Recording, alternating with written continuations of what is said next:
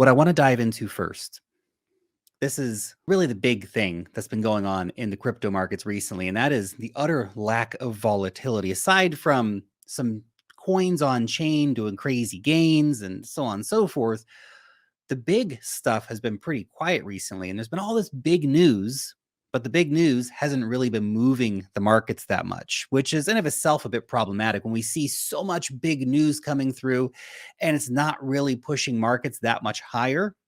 It's not the best to see. And I think we're seeing a lot of that being reflected right now in the charts. So let's take a quick look at the charts here. This is the 1 minute charts on Binance for Bitcoin. And I put 5 green arrows here. This is only over a couple hour time frame, but there are multiple periods where basically Bitcoin is essentially doing literally nothing on Binance, the biggest exchange in the world.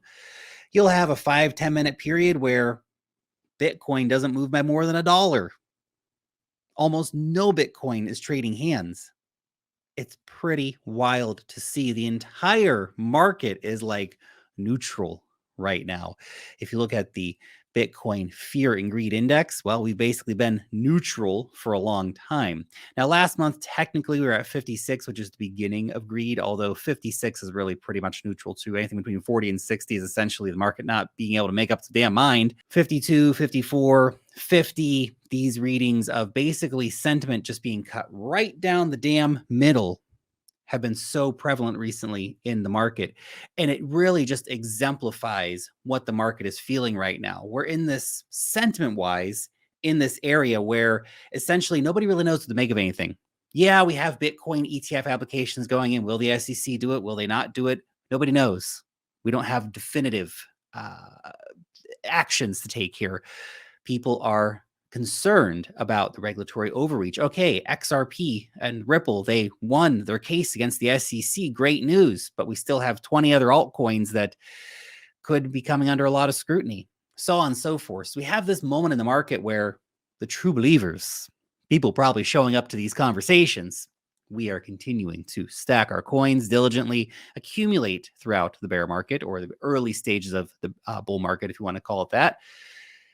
Whereas a lot of money, it's just not here. It's all chasing equity stocks right now. It's chasing NVIDIA higher. It's aping into $3 trillion market cap Apple with a 0.5% dividend. Come on, guys. Come on. The amount of money it would take to double the market cap of Apple's insanity. And people keep aping in.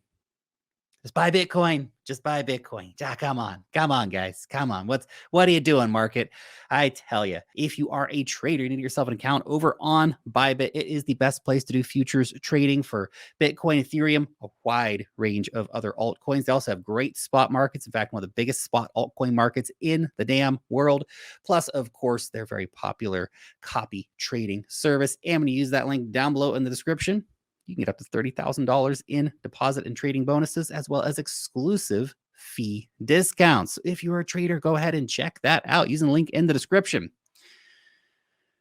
Now let's talk about mainstream media shilling the old Bitcoin, man. I love it. I love it. Now this is CNBC. They've got news reports on the Bitcoin halving. It's a technical event called the halving, which typically marks the start of a bull run for Bitcoin.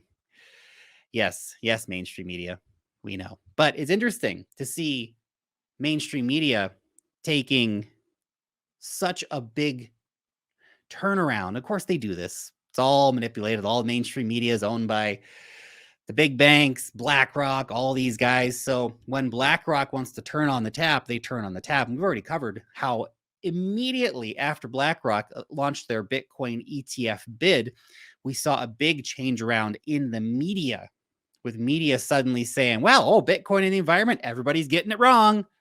That was not what you were saying a month ago, mainstream media. But now the BlackRock says it's okay. Now that the masters have put in the phone call to your bosses, now the tune has changed. I think this could be the most telegraphed Bitcoin halving event in our history yet. Of course, it makes sense because we have more people, more attention, these giant financial firms, et cetera, et cetera. It will still probably be how a Bitcoin halving usually plays out. We'll get a bit of excitement running into the Bitcoin halving itself, and then a few months of probably not that much happening unless a Bitcoin ETF has just been approved or is about to be approved. And that's going to be a wild card and price action around that event. And then, of course, 4 months, 6 months after that, maybe we'll get a new all-time high. Not to say a new peak high. That's probably going to come 6 to 12 months after the initial high.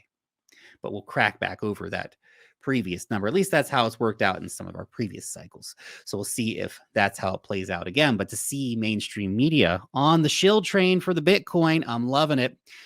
Bitcoin halving, by the way, 270 days away, which I know seems like such a long time. 270 days, man.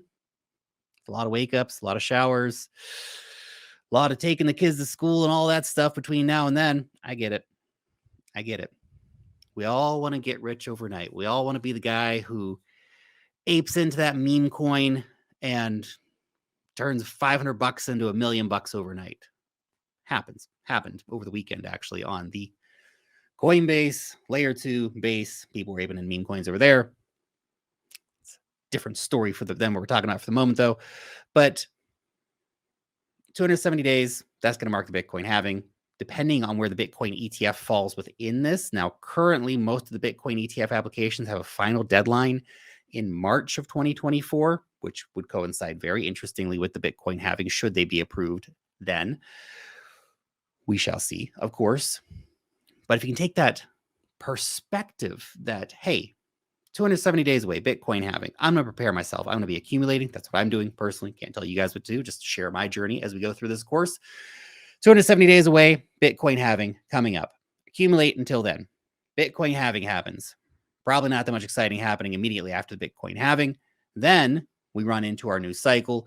So basically, I've got, let's say, 18 months, maybe 24 months before we see the next market peak happening. The peak, right? Not the new highs, the actual like peak highs for the next cycle. And then you sell. And then you sell. You run for the hills before the next bear market comes. But that's pretty crazy because if you think about it, in the next 18 to 24 months, you can 10 to 50 to 100x your money, potentially depending on what plays you're in, how it works out for you, when you make your entries, when you take your profits.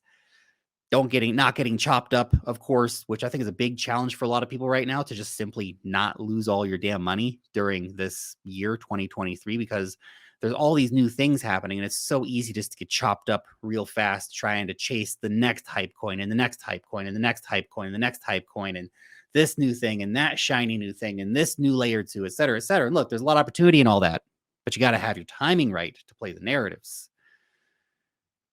But if you can just keep it simple, accumulate, wait, chances, I think, are on your side in that situation. Let's put it that way.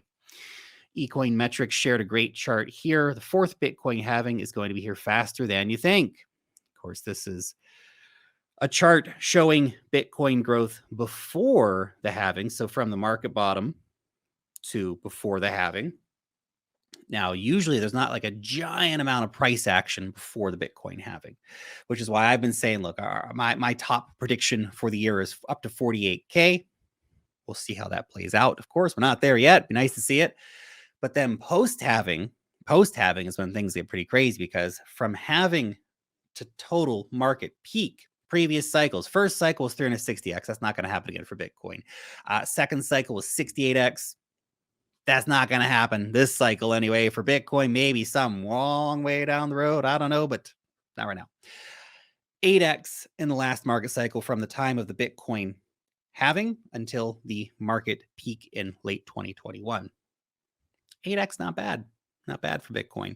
So how are we going to see it this time? Maybe we're going to go 5x, diminishing returns, right? The theory of diminishing returns. So maybe when the Bitcoin halving comes in, maybe we are at $30,000 still. How funny would that be? We're still at 30K, guys, in 270 days from now. Somehow I wouldn't feel that surprised by that happening. But okay, let's say it's 5x, 30K, that's up to 150K. Let's say it's 40K, right? That's 200K target. Maybe it's only a 4x return, though, from this cycle. Again, the idea of diminishing returns, we're going to get less and less out of each cycle as more money comes in. Essentially, the market caps get bigger and people seek out bigger returns elsewhere. Although then you get the flip side of Bitcoin ETFs coming in, which would be the the wild card that breaks the cycle in terms of a diminishing return. Maybe we get a 10x return on our Bitcoin in this cycle, which would, of course, break the previous mold. So we'll have to see how it goes. Or maybe we get a higher price by the time of the Bitcoin halving. Maybe by the Bitcoin halving, we're up to 50K. And then it only goes up a 3 or 4x from there. So we keep up with our idea of diminishing returns from halving to market peak, just the price moves a bit further along. So we'll see. We shall see. Stock Money Lizard's great chart here. Mass adoption is unstoppable. Crypto ETFs are just one piece of the puzzle. Targets 2025, 150 to 200K. As we see the number of retail users continue to exponentially rise, which is probably one of the most interesting metrics that we can be looking at when it comes to Bitcoin. The fact that we see so many retail investors getting into Bitcoin throughout the entirety of the bear market. It's been very exciting to watch this playing out, where we see so much money coming in from just the little guys. And I love that, to see this happening, just to see regular users, people like you and me, just buying up Bitcoin. It's very exciting. Retail users, people between, $5 in Bitcoin up to an entire Bitcoin, they have been outstripping the new supply created by Bitcoin miners by 3 times per month. Just the small retail users. That's not your VCs. That's not your companies. That's not your millionaires, your billionaires, your family offices. That's not the coming ETF products, which, again, we've talked about the estimates here. They could be taking up $30 billion of new Bitcoin demand, which is approximately half of all Bitcoin currently sitting on exchanges at the current prices. Of course, if $30 billion tries to buy up all that Bitcoin, it's going to send the prices spiking up hard, of course. So all these things have to be factored in here. The ETF is a big, big wild card. So we'll see how, of course, that plays out. But right now we are at a time of intensely low volatility for the Bitcoin market, as, again, a great chart here from eCoin Metrics points out. First halving, second halving.